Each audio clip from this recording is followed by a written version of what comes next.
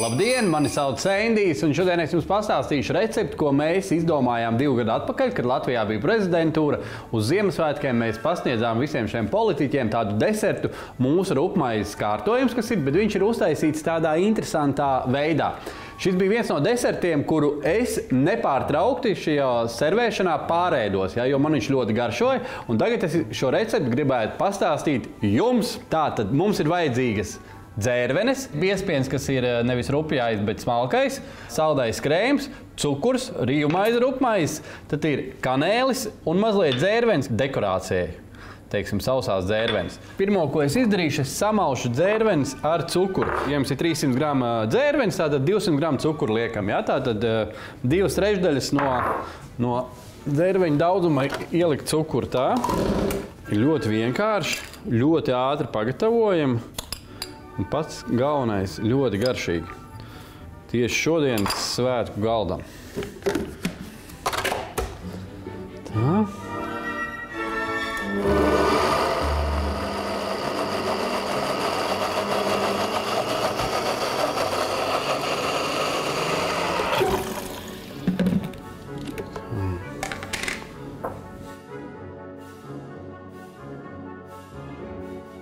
Tātad mēs liekam rupmaizi, 200 gramu. Pieliekam klāt kanēli, liekam klāt mūsu samaltās dzērvenes. Kā jau jūs zinat, mēs esam Mielas tehnikas salona veikalā, kas atrodas Vesetas ielā. Tātad es pieliku dzērvenes klāt rupmaizei, un mums vajag, šeit ir lieliskais ūdens, kas iet caur filtru uzreiz. Tātad. Mēs samaisam šo masu, un es jums parādīšu, šeit ir ļoti svarīga lieta. Jūs viņu samaisat, un jums ir jāatstāj viņu uzbriest, un pēc tam mēs liksim vēl klāt mazliet ūdeni iespējams. Tad, kad otro reizi jūs pieliekat ūdeni klāt, tad jums būs tā, ka jums vajadzētu to masu būt tik šķidrai, kad viņi ied jums caur pirkstiem. Viņš tagad pēc dažām minūtēm viņš uzbriedīs vēl. Ir pagājuši pāris minūtes, jūs redzat, ka viņš ir sastīnis diezgan pamatīgi. Mums vajag vēl otro reizi ieliet ūdeni.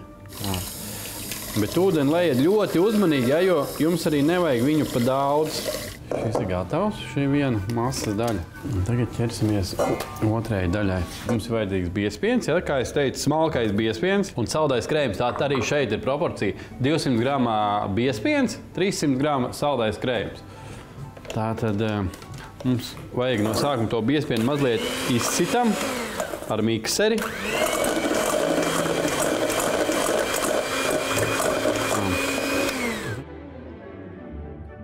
Un pieliksim vienu ēdamkarotu cukura. Ja, cukuru nevajag daudz, jo cukurs daudz būs tur, jo šim vajadzētu būt tādam svaigākam, kas šo desertu atsvaidzina. Ja, viņu nevajag būt tādam cukuru nomāktam. Tā.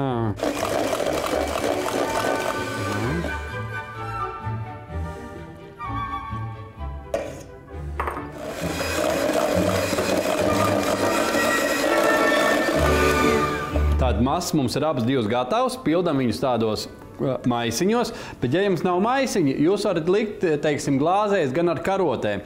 Jūs varat viņu pildīt arī tā kā klasiskā veidā, kur taisa, uz paplātā, teiksim, rupmaizes kārtojumu. Ja? Es pašlaik jums parādīšu glāzēs, man likās, ka izskatīsies, teiksim, svinīgi, kā šodien vajadzētu arī izskatīties desertā. Tātad desertu ir ļoti, ļoti viegli pagatavot. Šo recepti var pagatavot pat nepieredzējis pavārs, pat pavārs, kurš nav pieredzējis neko. Tātad viens maisiņš mums ir. Recepte ir ātra, garšīga un vizuāli arī jūs redzēsiet skaisti.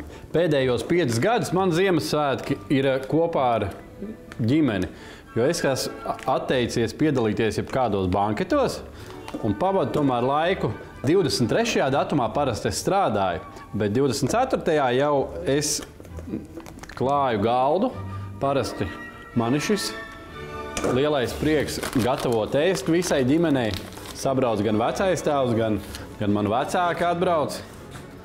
Mēs mainamies. Tad mums ir cepeši, tad mums ir zosis.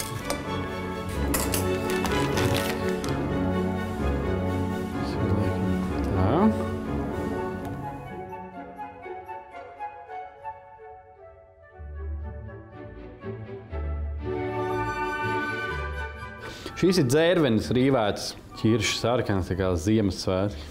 Lieliskākais deserts ir gatavs. Novēlu jums šodien pagatavot 77 ēdienas, novēlu jums ražīgu un bagātu jauno gadu, un lai draugi ir pārsteigti par jūsu pavāru mākslu. Priecīgs jums Ziemassvētkus un laimīgi jaunā gada! Visu raidījumu skaties Latvijas Telekom televīzijā 360 TV un aplikācijā Shortcut.